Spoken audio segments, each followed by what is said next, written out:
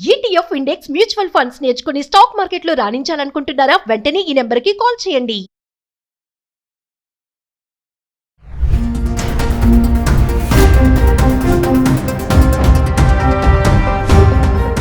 Hi hello నమస్తే, welcome back to Suman TV. ప్రస్తుతం మనతో పాటు ఉన్నారు అడ్వకేట్ డాక్టర్ సాల్మన్ రాజు గారు. సార్తో మాట్లాడు. నమస్తే సార్. సార్, ఇప్పుడు ఈ మేఘాలయ హనీమూన్ కపుల్ కేసు ఒక హాట్ టాపిక్ గా మారింది. ఏ ఛానల్లో చూసినా, ఏ పేపర్లో చూసినా ఇదే న్యూస్ కనిపిస్తుంది.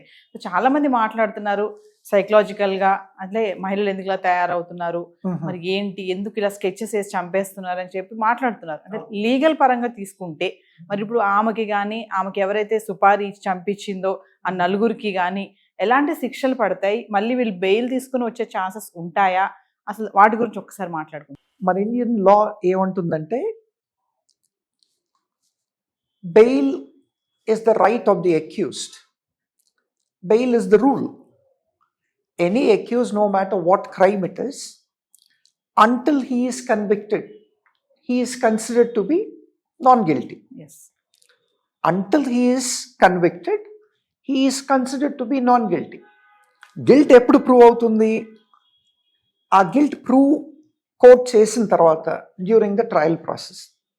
ఇప్పుడు సోనం రాజవంశీ వాళ్ళ భర్త రాజా రఘువంశీని పెళ్లి చేసుకుంది.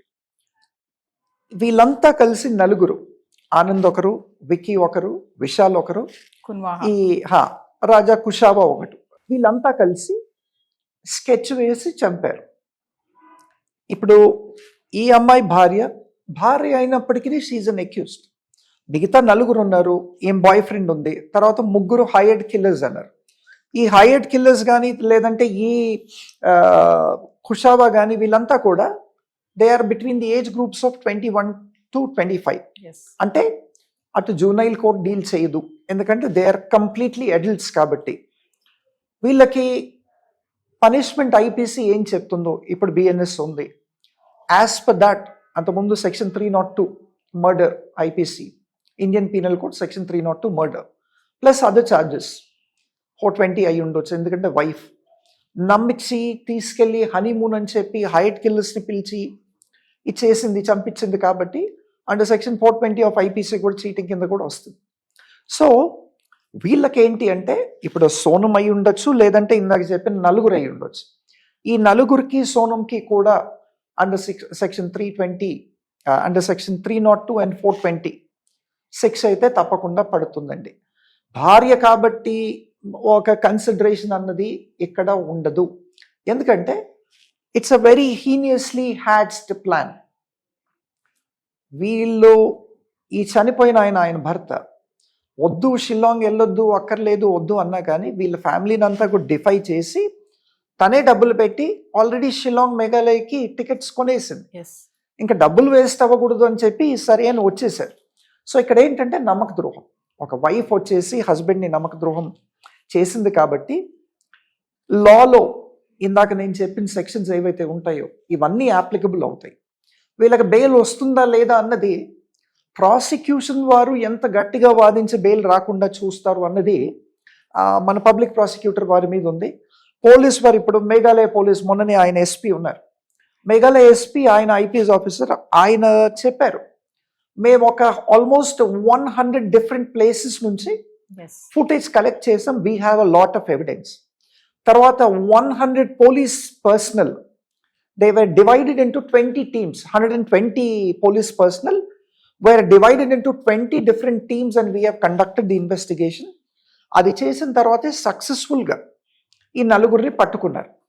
ఒక మర్డర్లో ఇంత త్వరగా ఆల్ అక్యూజ్ని పట్టుకోవడం అన్నది ఒక రికార్డ్ అండి. So that shows that Meghalaya police has worked earnestly, they have done their job excellently.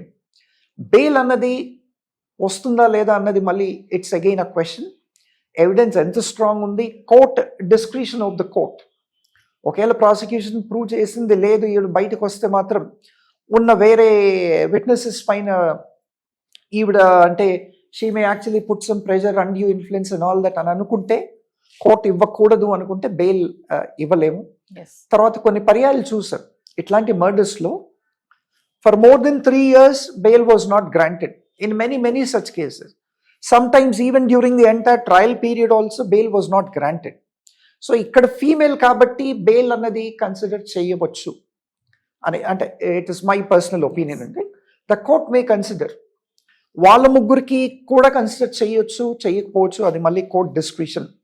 Bail ఇందాక మనం అనుకున్నట్టు bail is a rule. Yes. So bail can be granted and bail may not be granted. It depends on the court. ఇది ఒక 302 కింద తర్వాత 420 వస్తుంది కాబట్టి ఆ సెషన్స్ కోర్టే డీల్ చేయాలి, దీన్ని మెజిస్టీరియల్ కోర్ట్ చేయడానికి లేదు. సో కాబట్టి it is the discretion of the sessions court. తర్వాత ఇప్పుడు మేఘాలయ పోలీస్ అంటుంది వాళ్ళ దగ్గర ప్రూఫ్స్ ఉన్నాయి అని. కానీ ఇప్పుడు ఆ ఏ వెపన్తో అయితే ఆయన్ని పొడిచి చంపారు, తలపైన ముందు తర్వాత వెనకాల సివియర్ ఇంజ్యూరీస్ ఉన్నాయి అంట. ఆ వెపన్ ఏంటి, అది బ్లంట్ వెపనా, షార్ప్ వెపనా, what kind of weapon was use, what was the motive. Body అయితే దొరికింది, వెపన్ ఇప్పుడు దాకా దొరకలేదు, వెపన్ దొరకటం ఇంపార్టెంట్. ఇవన్నీ చూసి కూడా కోర్టు ఇవన్నీ కూడా కన్సిడర్ చేస్తుంది. చేసి దాన్ని బట్టి వీళ్ళు ఇప్పుడు ఓన్లీ థియరీస్ ఉన్నాయండి, థియరీస్ ఉన్నాయి, కన్ఫెషనల్ స్టేట్మెంట్ ఉంది. ఆ confession before the police is not acceptable before the court. Yes. A confession before the police under section 161 will not be considered before the court. అందుకనే మళ్ళీ కోర్టు ముందు under section 164 మళ్ళీ వీళ్ళ statements అవి record చేయాల్సి ఉంటుంది. సో కాబట్టి there are lot of discrepancies in law, there are lot of lacunas also in law, but it has to be proved. Prosecution కనుక దీన్ని కరెక్ట్ ప్రూవ్ చేస్తే వాళ్ళకి బెయిల్ కూడా వచ్చే ఇది ఉండదు. తర్వాత ఇది ఒక హైనియస్ క్రైమ్, Yes. అంటే చాలా దారుణంగా చేశారు, ప్లాన్ చేశారు, తీసుకెళ్లారు, నలుగురు వచ్చారు, నలుగురిలో ముగ్గురు వచ్చారు, ఆయన అక్కడే ఉన్నాడు ఇందోర్లో, అక్కడ నుంచి ముందు పొడి చేశారు, పొడిచి అక్కడి నుంచి తోశారు, చంపేశారు. ఇది rare of the rarest cases అయితే కాదు.